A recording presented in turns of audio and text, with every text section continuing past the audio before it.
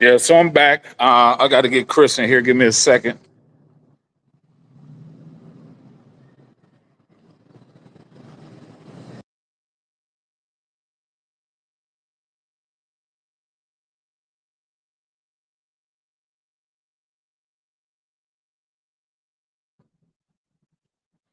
All right. I'm at the Bally's Casino and Resort, Quad Cities. Um, Came up a little bit, but I done gave that back and some more. Now I got to go back here and try to get back. My wife gonna kill me as usual. You always fucking up the money, and she's right. But anyway, I got an interview now with Kris D. Roberts. You might have seen him on Cobra Kai and other works. He's an actor. So I'm gonna try to get him in here. I sent the invite, so we'll see what happens.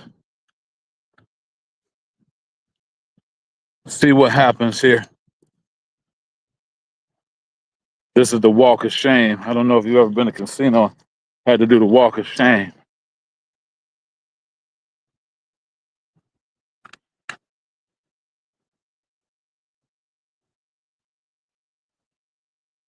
Come on, Kris. I gave you the.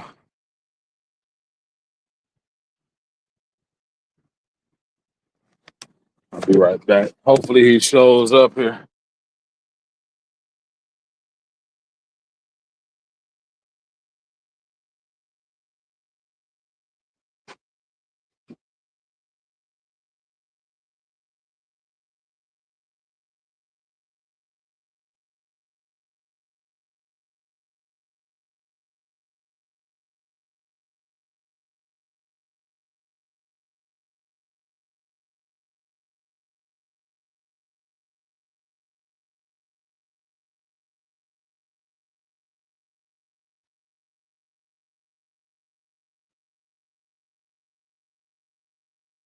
Is he here yet? Still not.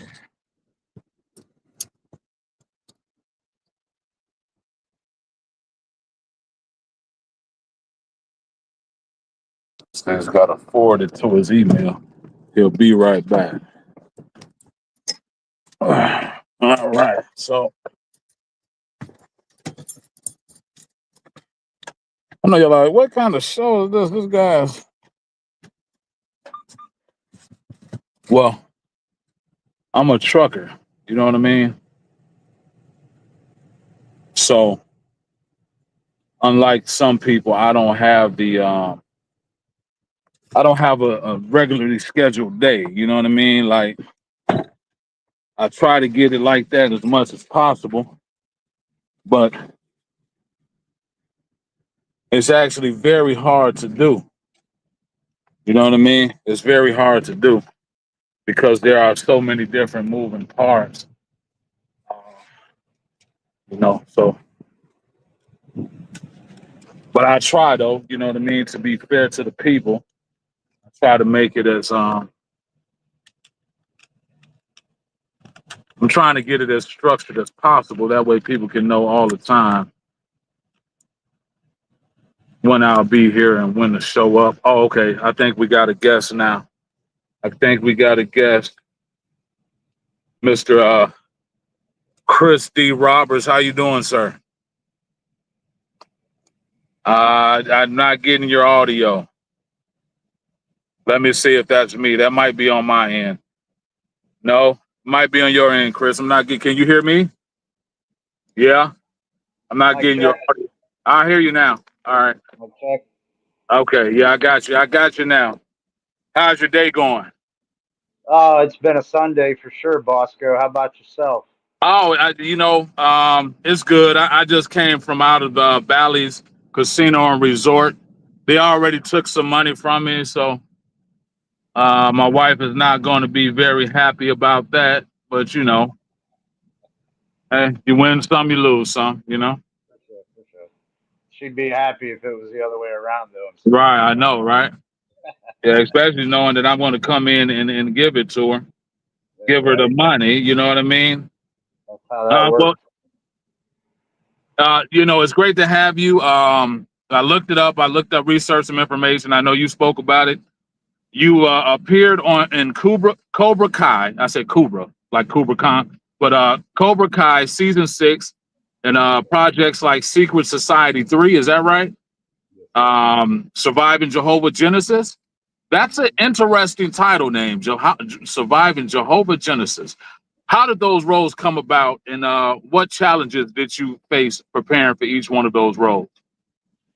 Well, the surviving Jehovah role was quite challenging. I played a Catholic priest who had a lowdown on his adopted son, and his adopted son turned out to be a serial killer. Oh wow! So once the priest that I portrayed, Father Larry Mullen, the Irish priest, uh, my parishioners started being executed. So the big investigation opened up, and I finally figured out it was him. It was my foster son committing these crimes.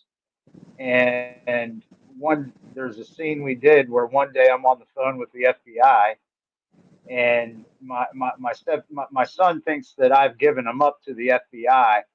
So he literally cuts my eyes out. It was What? a slasher. It was a horror film. It's a horror film. Oh, okay. Oh, that sounds, yeah. There's some people that love that stuff, that gory stuff. I'm not into it too much. Well, Bosco, it was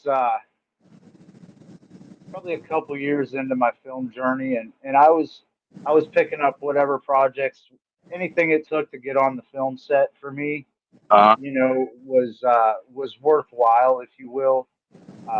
The goal was to build my resume on IMDb, where I could show that I've been on film sets.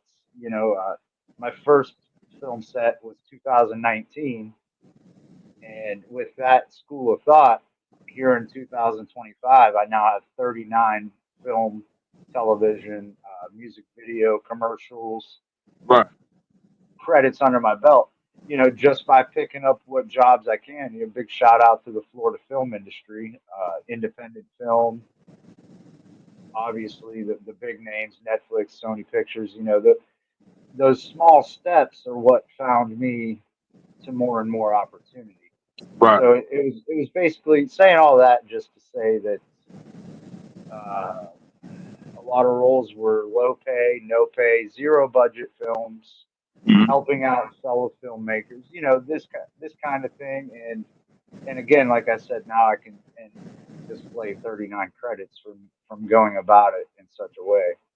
right. Um, Now, do you ever consider like doing films yourself? Do you have any movies that you're going to do independently, or what's going on with that right now? Well, I'm putting pen to paper.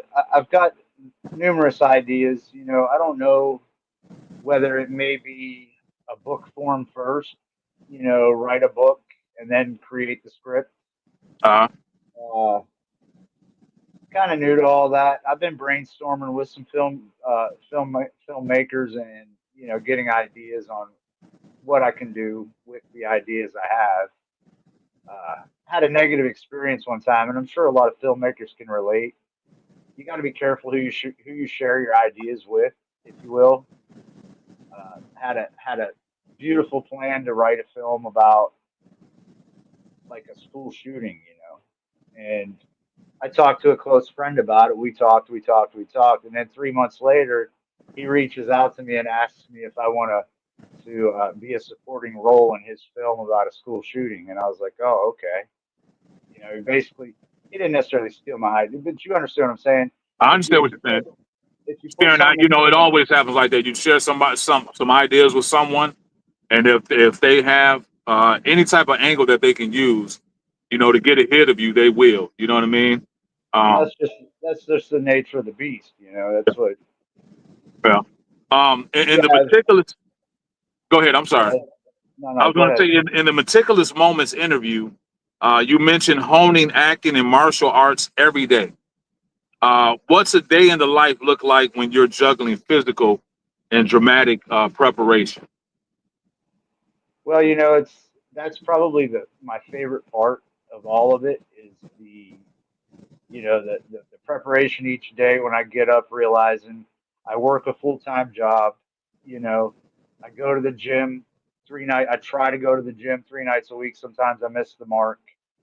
I constantly, I'm at the point now where I'm self-instructing my martial arts. Mhm. I was attending a dojo.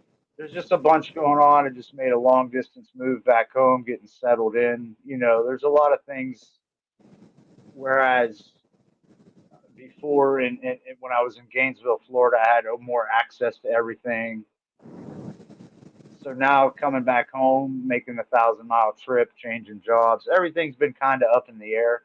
Saying that to say, I basically do a lot of my Tai Chi while I'm making my steak and eggs and such. Right, I do a lot of stretching, a lot of meditation, and like I said, that goes back to waking up each day, realizing every effort I make today is going to put me closer to what lies ahead. So I do it one day at a time. Some days I miss the mark. Some days I hit it out of the park. You just never know. right, yeah. Um, Actors often reflect societal dynamics, right? With the rise of martial arts themed shows like Cobra Kai, are we reinforcing cultural stereotypes or fostering cross cultural understanding? I think it's probably the cross cultural understanding because it just again reminds us to open the door to those cultural differences, and embrace whatever the story writer puts together. Is when we're talking about the Karate Kid, we're sticking to that original theme, the bullying, the things that happen to the younger generations, whatever culture they are. Let's be honest. Right. So I believe it fosters both, if you will, if that In makes some, sense. yeah, I understand what you're saying. In some way, it does both. I guess it depends on your perspective as the viewer. Sure. Sometimes, how do you navigate portraying characters from diverse backgrounds without inadvertently misrepresenting or reinforcing stereotypes? Well, you got to know that the scene study, to understand the script, to understand everybody that's involved, what they're bringing to the table. There's an intense study. There's more to it than just reading a script and getting behind or in front of the lens and acting it out. Right. You go through. You really get a chance to invent what's expected. You know, and that's the beauty of it because you can take whatever societal twists or takes, your own personal take, and you can just mix it in, and you get to create this character. And I had an opportunity one time to be a lead role in a film I was approached with. I ended up turning it down, but I asked the director, the creator. I said, "What's my character's backstory?" And I every character has a backstory. So without a backstory, I can't make the character believable, if that makes sense, because I don't know anything about the character. I don't know anything about what's going on with his life, the people, his scene partners. If I have no information, how am I supposed to put this together? So I declined that role, and it, one, I'd never agree that my character didn't have a backstory because again, without a backstory, you can't create what. Can't really get into the role. Yeah, I tell you what, I was opposite my buddy Bronson Taylor. We filmed opposite one another. Prestigious Entertainment. Shout out Austin Rhodes. Anyway, this guy he towers over me. Uh-huh. Big guy, and my role called for me to put him in check. I mean, this guy's twice my size. Okay, Bosco, you don't just say, "Hey, I'm in charge here." You really have to. I couldn't act enraged. I had to be enraged. Right. I had to go to a place where we filmed probably, I don't know, 6.5 hours Hmm. for very little bit of film time, but it took us 5 or 6 hours to put this together. And I promise by the end of that day, I was so emotionally drained because each take I had to bring that energy, Right. and you can't act like it, you be it. So that's a lot of the it allows, and see, that's why I believe filmmaking is great for the next generations. That creative energy. There's people that have so much, whether it be negative, positive, you know, the craft of acting allows us to. It's like a healthy outlet for that energy, if that makes sense. Right. Kind of getting off topic, but there it's an art form. Making a character, becoming that character. Uh, you're going to obviously rehearse. You're going to improv some stuff, and if you're lucky and you get a good director and they like your improv, they're going to go ahead and go back to one and let you get your stuff in. It's Yeah. so it's a beautiful creative cluster. Everybody brings something to the table, and it's my job as an actor to make that character believable. In other words, don't look like you're acting. Right. So Exactly. so the more I can delve into that character, embrace the mindset that they're whatever they're going through in their life, in the story, whatever the people closest to them are going through in the script, in the story. The more I can know, the better off my performance is going to be, and So that's why I took ought to being told your character doesn't have a backstory. So all of a sudden I'm flying blind. You know, right. So now you have to what you try to create the personality or the persona of the person that you're acting as, and I'm sure that well that just makes you. I mean, how do you do that? Just when you're talking that level, I mean, some of these A-list actors that star in feature films that say they're a serial killer or like Breaking Bad kind of places, roles.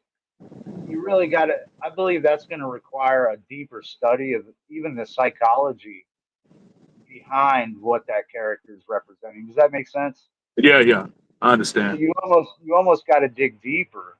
You know, Here I'm just a novice. Only got 5 years in the game. I got my little. There's so many methods. There's so much knowledge in the filmmaking business.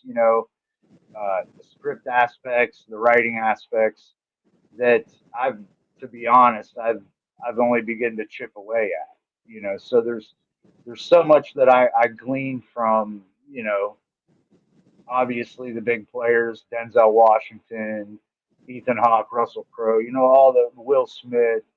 Right.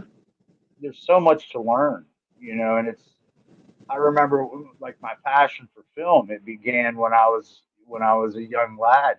I remember the blanket forts and renting VHS tapes and just being fascinated by what film, how it made me feel. You know what I'm saying? It became my, escape, if you will. Right. So that's all of that gels into the ability to make that character believable. I think at some point in time in our lives when we were younger, we all acted out some kind of role. You know what I mean? We were all acting. That's interesting that you say that. Um, the mantra "money talks" is popular in Hollywood. Have you ever turned down a project because it didn't align with your values or artistic goals? Uh, yeah, there's been a couple projects that were just too risque, if that makes sense. However, I have taken on some bold roles. Uh, Obedience the Movie, a film I shot with my friend Darian McGee. Uh, Shout out to Darian McGee. I portrayed a racist drug cartel general. And I thought to myself, a couple times that maybe this ain't the direction I want to go, or maybe this ain't the character I want to, but I want to be a villain, Bosco. That's my goal. I have a villain look, or, maybe a detective or something to that effect. right. So I'm going for that role. So I decided, and I talked to my mentor, who's been behind the camera on some pretty big stuff, Annette Day. Thank you, Annette, Jersey girl. Uh, she told me to go for it, man. These, you think of people like, what's his name, Edward Norton, I believe. Uh, Billy Bob Thornton. They take on some of these really far out roles, man, and it helped their careers. So I took the plunge, and it was a very challenging role. Very challenging role, and I'm happy to say that we actually just took an award oh yeah, at Virginia. congratulations. Thank you, sir. Thank you, Darian McGee. Congratulations, everybody. You know, but I took that risk, and it wasn't to win any awards or anything like that, but it was just to get that experience, and I'm glad I took the risk. I'm glad I was bold. You know, it's a character. It's not me. You know what I'm Right, trying to yeah, say? exactly. But Yeah, that as a young actor, I'm sure that a lot of us deal with that. It's like, do I want this role? And I want to share something when you mentioned that if I ever turned down any roles. I had just I had just booked Cobra Kai, thanks to Sean Thompson, by the way. Sean Thompson and the Florida film family opened the door for a lot of us to get on set of Cobra Kai. I had made arrangements with my job. I was a contract auto detailer. So the past 5 years when I've been doing film, all my work has been basically subcontract work, 1099, so I could create a flexible schedule for filming right, because I traveled all over Florida and Georgia. But anyway, I had made arrangements with the job. I'd be back in a week, this, that, and the third. And I got a phone call from Miami, which was 5 hours one way, where Atlanta's 5 hours the other way. I'm booked in Atlanta, and all of a sudden they wanted me in Miami that day to try to for fitting, wardrobe fitting. He asked if I could be in Miami for wardrobe fitting for Bad Boys 4. They had me slated to be a stand-in for the captain on Bad Boys 4. wow, I'm on my cell phone, and I'm looking at my boss, and yeah, I'm thinking these guys were just generous enough to give me a week off. I could go to Miami today, but I'd be snowing them over, you know.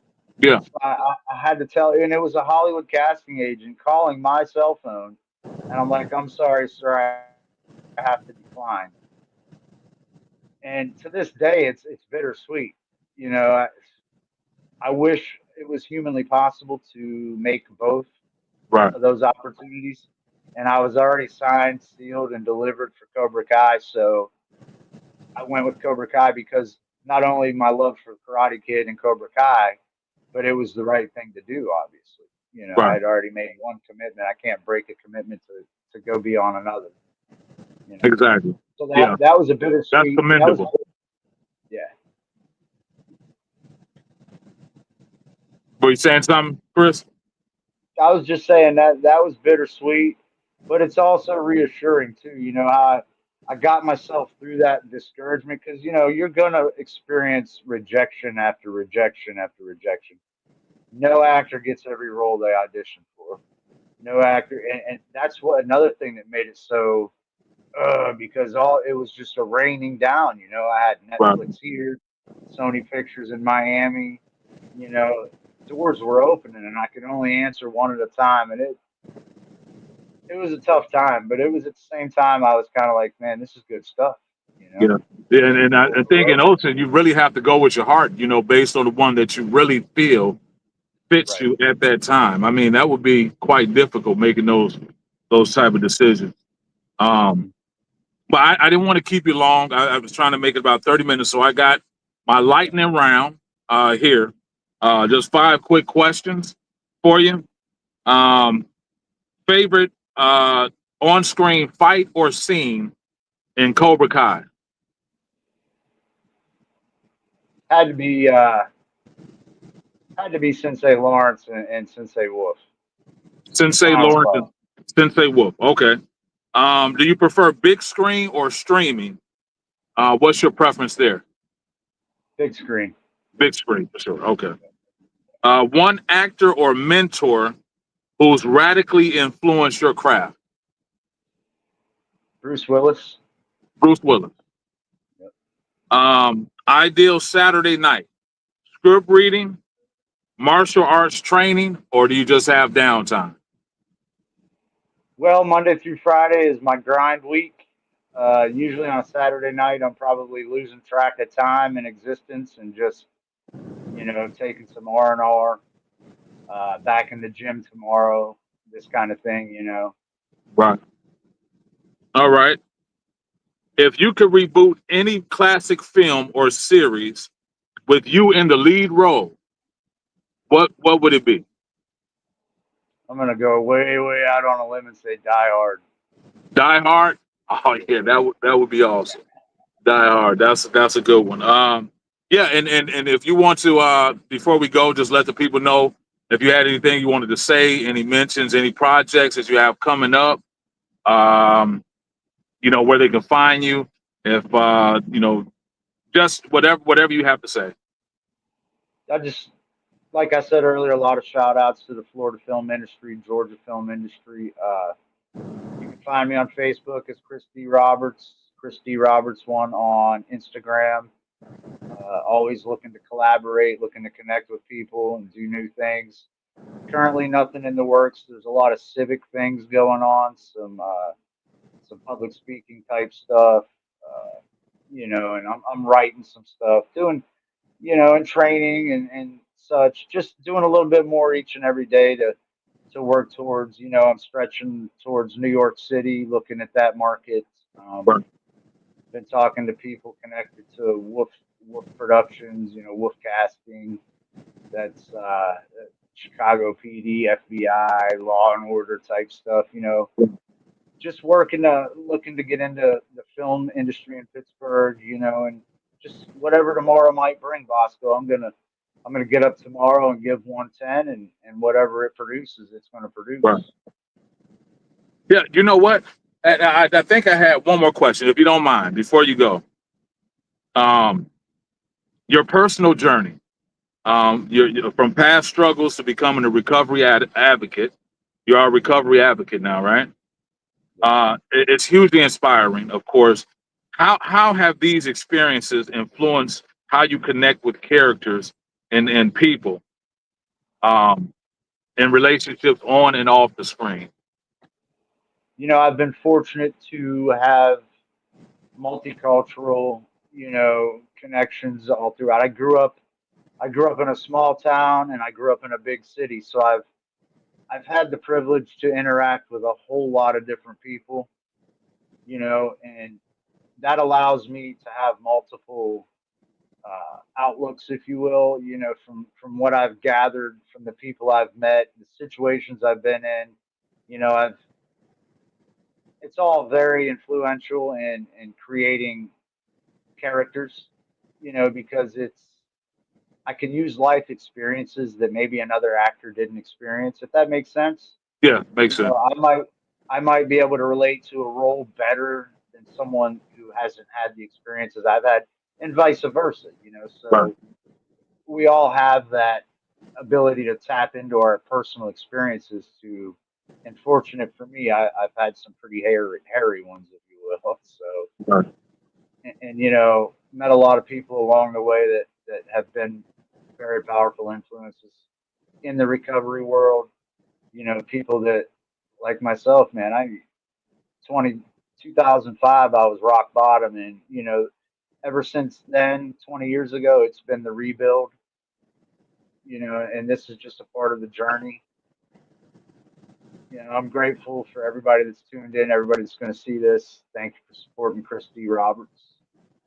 Well, I do want to thank you again, Mr. Roberts, for coming on the show. You're welcome to come on anytime. Maybe we can talk more about other projects that you've done. We can always think of something that we can talk about. Plus, maybe, I know you said you're working on something. I'm working on a few things myself, and maybe you can, aid and assist me possibly. But thank you again. I hope you have a wonderful night. All right. Thanks for having me on, Bosco, and thanks again for everybody for tuning in. Thank you, sir. Yes, sir.